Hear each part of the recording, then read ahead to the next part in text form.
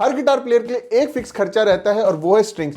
तो चाहे आप एक बिगिनर हो, इंटरमीडिएट प्लेयर हो या एक प्रोफेशनल प्लेयर हो, हर थोड़े टाइम में depending upon your practice and playing आपको अपने गिटार की स्ट्रिंग्स चेंज करनी पड़ती हैं। 150 रुपए से 1500 के बीच में आपको कई वैरायटी देखने को मिल जाती है स्ट्रिंग्स की।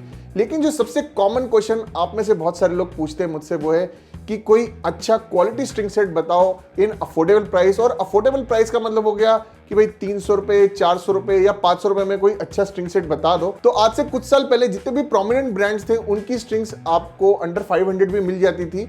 लेकिन ओवर द टाइम क्योंकि प्राइसेस बढ़ गए हर चीज के, इसलिए जो स्ट्रिंग सेट पहले 300-400 का होता था अब वो जो है अराउंड 500-600 का है। जो स्ट्रिंग सेट 500-600 का होता था अब वो 700-800 का हो गया है। तो आज मेरे पास एक बड़ा ही इंटरेस्टिंग स्ट्रिंग ब्रांड है जिसको मैं पिछले कुछ टाइम से यूज कर रहा हूं और इसकी मेन यूएसपी यही है कि ये ब्रांड आपको देता है काफी quality strings at an affordable price.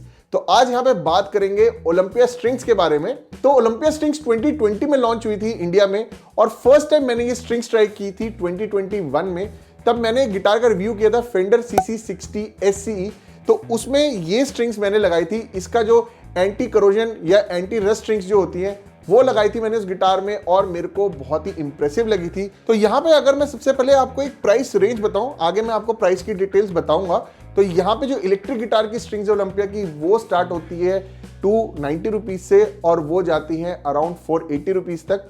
और जो अकूस्टिक गिटार की स्ट्रिंग्स है वो स्टार्ट होती है 295 रुपीज से और वो जाती हैं 490 रुपीज तक। तो मतलब आप लगा लो वही 290 से 490 की प्राइस रेंज में आपको ये ओलंपिया की इलेक्ट्रिक और अकूस्टिक गिटार स्ट्रिंग्स देखने को मिलती हैं। और यहाँ पे खाली अकूस्टिक और इलेक्ट्रिक गिटार नहीं, यहाँ पे ओलंपिया और भी स्ट्रिंग इंस्ट्रूमेंट्स की स्ट्रिंग्स मैन्युफैक्चर करता है। तो जैसे यहाँ पे बेस गिटार की भी स्ट्रिंग्स है, इसके अलावा यूकेलेले की स्ट्रिंग्स भी हैं, मैंडोलिन की स्ट्रिंग्स भी है, बैंजो की स्ट्रिंग्स भी है ओलंपिया की।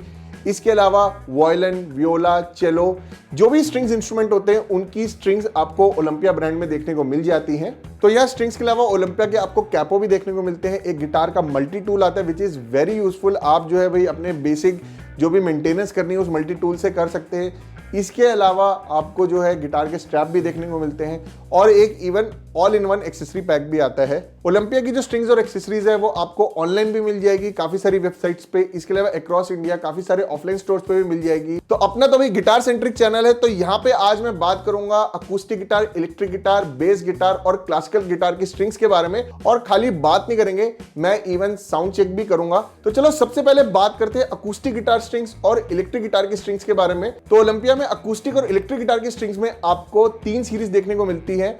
एक तो है स्टैंडर्ड सीरीज जो कि अकूस्टिक गिटार में AGS के नाम से आती है और इलेक्ट्रिक गिटार में EGS के नाम से आती है। इसके अलावा है HQ सीरीज जो कि HQA और HQE के नाम से आती है। भाई A का मतलब अकूस्टिक हो गया, E का मतलब इलेक्ट्रिक हो गया।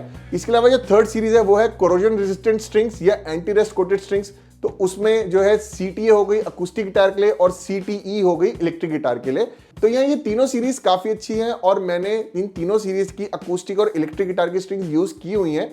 तो यहाँ पे चलो मैं आपको थोड़ा सा डिफरेंस समझा देता हूँ। तो देखो जो कोरोजन रेजिस्टेंट है उसकी तो भाई अपनी ही एक कैटेगरी हो गई क्योंकि एंटी रस्ट कोटेड स्ट्रिंग है।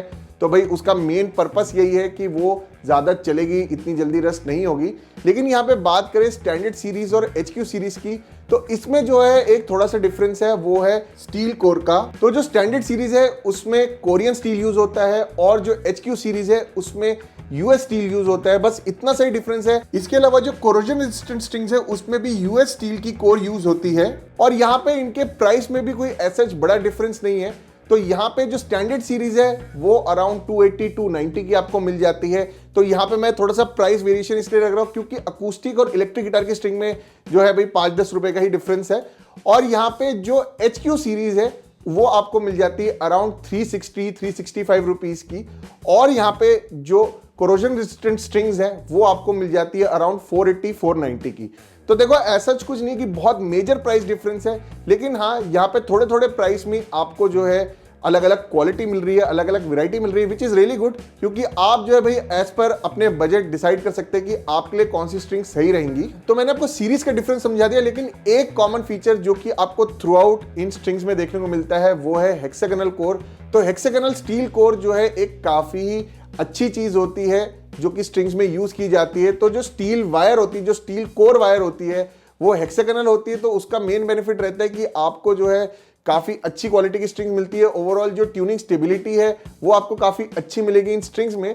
तो अफोर्डेबल प्राइस में आपको हेक्सागोनल कोर वाली स्ट्रिंग्स मिल रही है। This is a really nice thing. और यहाँ पे एक बार स्ट्रिंग गेज की बात करें तो यहाँ इलेक्ट्रिक गिटार में आपको भाई सारे कॉमन स्ट्रिंग गेज देखने को मिल जाएंगे ओलंपिया में। तो आपको इसमें 942, 946, 1046, 1048 स्ट्रिंग गेज देखने को मिल जाता है। इसके अलावा अकूस्टिक गिटार स्ट्रिंग्स में आपको 1047, 1150, 1253 स्ट्रिंग गेज देखने को मिल जाता है। और यहाँ पे अकूस्टिक गिटार में आपको bronze as well as phosphor bronze strings मिलती हैं। और एक कॉमन सवाल स्ट्रिंग गेज को लेके जो कि आप में से बहुत सारे लोग पूछते हैं, और वो है कि भाई हम अपने गिटार में कौन सा स्ट्रिंग गेज यूज करें। तो ब्रीफली मैं वो भी आंसर कर देता हूं। तो देखो, अगर आपका जो है एक एंट्री लेवल गिटार है, सपोज 4-5 हज़ार या 6 हज़ार का कोई गिटार है और उसकी कंडीशन अच्छी है, उसका ब्रिज जो है वो बॉडी से अलग नहीं हो रहा, तो आप जो है या तो 1047 या 1150 स्ट्रिंग गेज यूज कर सकते हैं। 1150 या 1152 जो स्ट्रिंग गेज होता है उससे ऊपर आपको सस्ते गिटार में नहीं यूज करना चाहिए। इसके अलावा अगर आपके पास यामा, कॉट या फेंडर जैसा कोई अकूस्टिक गिटार है तो उसमें आप 11 या 12 गेज की स्ट्रिंग्स यूज कर सकते हो। अगेन डिपेंडिंग कि आपकी गिटार की कंडीशन कैसी है। तो जैसे अगर आप लॉन्ग टर्म गिटार यूज करते हो तो टाइम टू टाइम अपना गिटार चेक करते रहो कि भाई उसका ओवरऑल सेटअप कैसा है, ठीक है कि नहीं है। इसके अलावा जो ब्रिज है वो तो अलग नहीं हो रहा। तो ये सब फैक्टर होते हैं जिस पे डिपेंड करता है कि आपको कौन सा स्ट्रिंग गेज यूज करना चाहिए। और सबसे सेफेस्ट जो मतलब एक मिड पॉइंट होता है जिसमें आपको अच्छा वॉल्यूम भी मिल जाता है और आपका गिटार इतना इफेक्ट नहीं होता, वो है 11 गेज। तो जैसे ओलंपिया में आपको 1150 गेज मिल रहा है, ये काफी अच्छा है। कई ब्रांड्स 1152 ऑफर करते हैं तो आप वो भी देख सकते हो। और इलेक्ट्रिक गिटार में अकूस्टिक गिटार जैसी कोई प्रॉब्लम नहीं होती कि भाई ब्रिज अलग हो जाएगा बॉडी से। तो आप जो है इलेक्ट्रिक गिटार में स्टार्टिंग में एटलीस्ट 942, 946 या 1046 में से कोई स्ट्रिंग गेज यूज कर सकते हो। तो बिगनर्स के लिए मोस्टली मैंने देखा है जो एंट्री लेवल गिटार्स होते हैं उसमें आपको यूजुअली 942 गेज ही मिलता है। तो अगर आपको अपना सेटअप भाई खराब नहीं करना, आपके गिटार का सेटअप सही है और आपको पता है कि फैक्ट्री से कौन से गेज की स्ट्रिंग लग के आई थी, तो आप वही सेम गेज लगाओ, उससे आपका सेटअप खराब नहीं होगा और आप जो है आराम से भाई अपना इलेक्ट्रिक गिटार प्ले कर पाओगे। तो अकूस्टिक और इलेक्ट्रिक गिटार की स्ट्रिंग्स के अलावा यहाँ पे एक बार ब्रीफली बेस गिटार और क्लासिकल गिटार की स्ट्रिंग्स के बारे में बात कर ले।